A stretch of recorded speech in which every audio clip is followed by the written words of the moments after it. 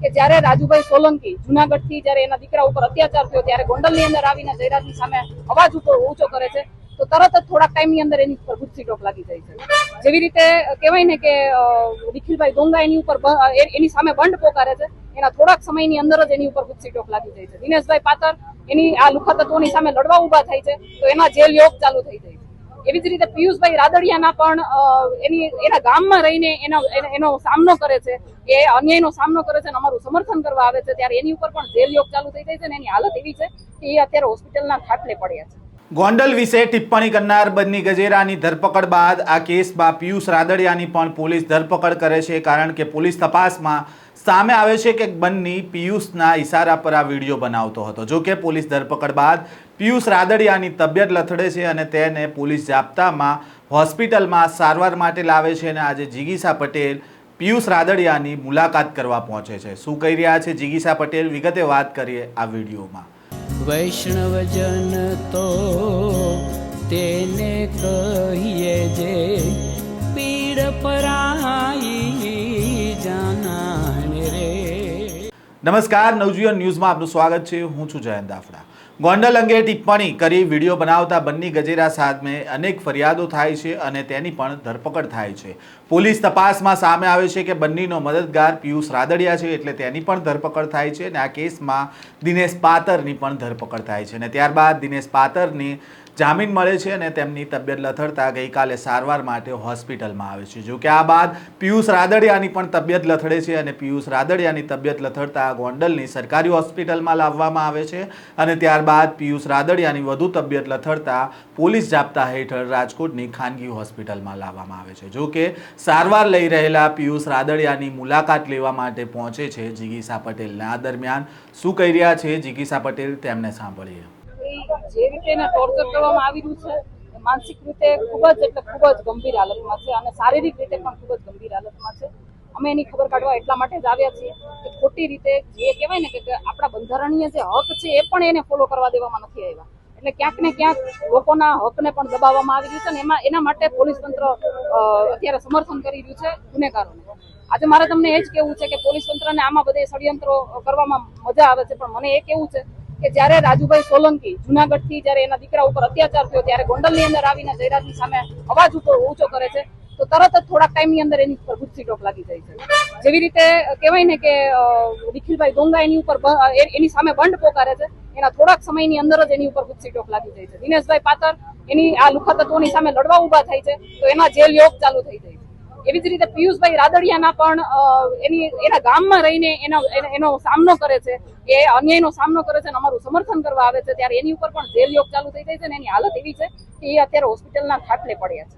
બરાબર, તો એમાં પોલીસને ક્યાંય ષડયંત્ર નથી લાગતું। શું કામ? કારણ કે પોલીસ પોતે ષડયંત્રમાં સામેલ થઈ રહી છે અને ચોક્કસપણે લાગી રહ્યું છે, કારણ કે જે રીતે એમના બંધારણીય હક છીનવી લેવામાં આવ્યા છે, નથી એને નોટિસ આપવામાં આવી, જ્યારે એની ખરાબ કન્ડિશન હતી ત્યારે નથી એને હોસ્પિટલમાં લઈ જવામાં આવ્યા, નથી એને પરિવાર સાથે વાતચીત કરવા દેવામાં આવ્યા અને પૂછપરછના બાને જ્યારે પોલીસ તંત્ર એને બોલાવે છે તરત ને તરત ત્યાં એને બેસાડી દે છે। મારે એ કહેવું છે કે આટલી બધી ઘટનાઓ આટલા બધા ટાઈમથી ચાલતી આવતી હોય તો એક જ દિવસે 4 FIR કેવી રીતે થાય?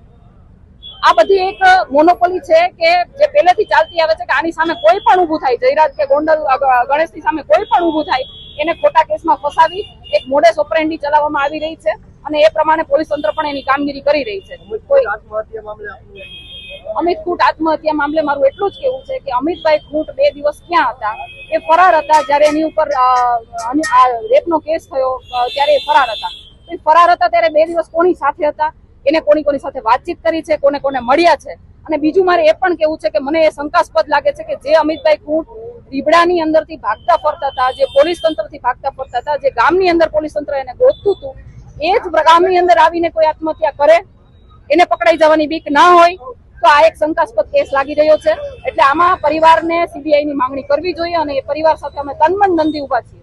તમારે કોઈ પણ જાતની અમે પહેલેથી કીધું છે કે અમે એમની સાથે ઉભા છીએ અને મારે હજી રાજકોટની અંદર કાલની તારીખનું અહીંયા કામ છે એ બતાવીને પછી હું અહીંયાથી આગળ જઈશ। અમિત ખૂંટ માટે અમે વારે ન્યાયની માંગણી કરી છે અને ન્યાયની માંગણી એ રીતે કરી છે કે ભાઈ રાજકુમાર જાટના કેસની અંદર રાજકુમારનું મૃત્યુ થઈ ગયું હતું, છતાં પણ રાજકુમાર જાટની લાશના લોકેશન બતાવતા પોલીસ પિતાને ગુમરાહ કરતા હતા. પરંતુ અમિત ખૂંટવાળા કેસમાં જે આરોપીના નામ આવ્યા છે એ આરોપીઓ મીડિયાની સામે આવીને બાઇટ આપે છે, નિવેદનબાજીઓ કરે છે, છતાં પણ એનું લોકેશન એને મળતું નથી. એટલે મને નથી લાગતું કે આ બે એકબીજાના દુશ્મન હોય. આ બે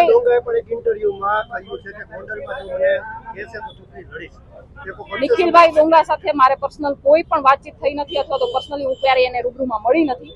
પણ નિખિલભાઈ ડોંગાનો ઇન્ટરવ્યુ પછી મને અને પિયુષભાઈની હાલત જોયા પછી મને ખબર પડે છે કે કઈ રીતે સામાન્ય લોકોને જ્યારે એની સામે અવાજ ઉપાડવામાં આવે ને ત્યારે કઈ રીતે સામાન્ય લોકોને હેરાન પરેશાન કરવામાં આવે અને ખોટા કેસ કરવામાં આવે.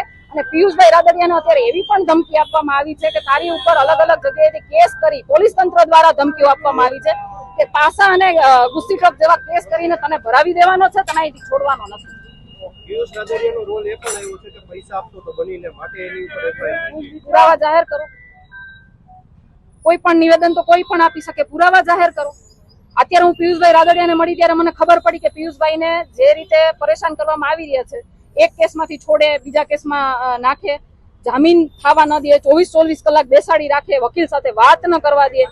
અને એના પછી પણ આટલું બધું થઈ ગયા પછી પિયુષભાઈ અત્યારે અહીંયા હોસ્પિટલમાં એડમિટ છે. ત્યારે પોલીસ તંત્ર એના હોટલે એના પાર્ટનરો પાસે જાય છે, એને દબાવવાની કોશિશ કરે છે, એને નોટિસો મોકલવાની કોશિશ કરે છે, ધંધાકીય એને પતાવવાની કોશિશ કરે છે. કોના ઈશારે આ બધું થઈ ગયું છે અને શું કામ કરો છો તમે? પાટીદાર વોર અત્યારે છે, પાટીદાર ઉપર એક પછી એક વાર થઈ રહ્યા છે. ખોડલધામ પ્રમુખ ક્યાં છે, ઉમિયાધામ પ્રમુખ ક્યાં છે? જો આ છે ને એવી મેટર છે કે સમાજ ઉપર જ્યારે પણ કઈ થાય ને તો આગેવાનોએ પોતાની રીતે સ્વયંભૂ આગળ આવવું જોઈએ. આમાં કોઈને ઇન્વિટેશન આપવા જવાના ના હોય. અને મીડિયાના માધ્યમથી હું દર વખતે કહું છું કે તમે સમાજની આગેવાની લીધી છે તો તમારે સમાજ માટે ઊભું રહેવું જોઈએ, તમારે આગળ આવવું જોઈએ. તમને ઇન્વિટેશન આપીને વારે તમને કાટલા પકડીને બહાર ન કાઢવાના હોય. જો તમે નથી ઉભા રહેતા તો સમાજ સમજી શકે છે તમે શું કરો છો, સમાજના નામે તમે શું રોટલા શેકો છો, એ બધું સમાજ સમજી શકે છે. એટલે જ્યારે જરૂર પડે ને ત્યારે બધા આગેવાનોએ આવવું જોઈએ. જિગીસા પટેલ જણાવે છે કે પિયુષ રાદડિયા ગંભીર હાલતમાં છે અને માનસિક ટોર્ચર કરવામાં આવી રહ્યું છે. સાથે જ તેમણે આક્ષેપ લગાવે છે કે જયરાજસિંહ સામે જે પણ પડે છે તેમના જેલ યોગ ચાલુ થઈ જાય છે અને પોલીસ આ ષડયંત્રમાં સામેલ થઈ રહ્યું છે. સાથે જ તેમણે પોલીસ પર આક્ષેપ લગાવતા કહ્યું કે આટલા સમયથી આ ઘટનાઓ ચાલી રહી હતી તો એક જ દિવસમાં 4 ફરિયાદ કેવી રીતે નોંધાઈ?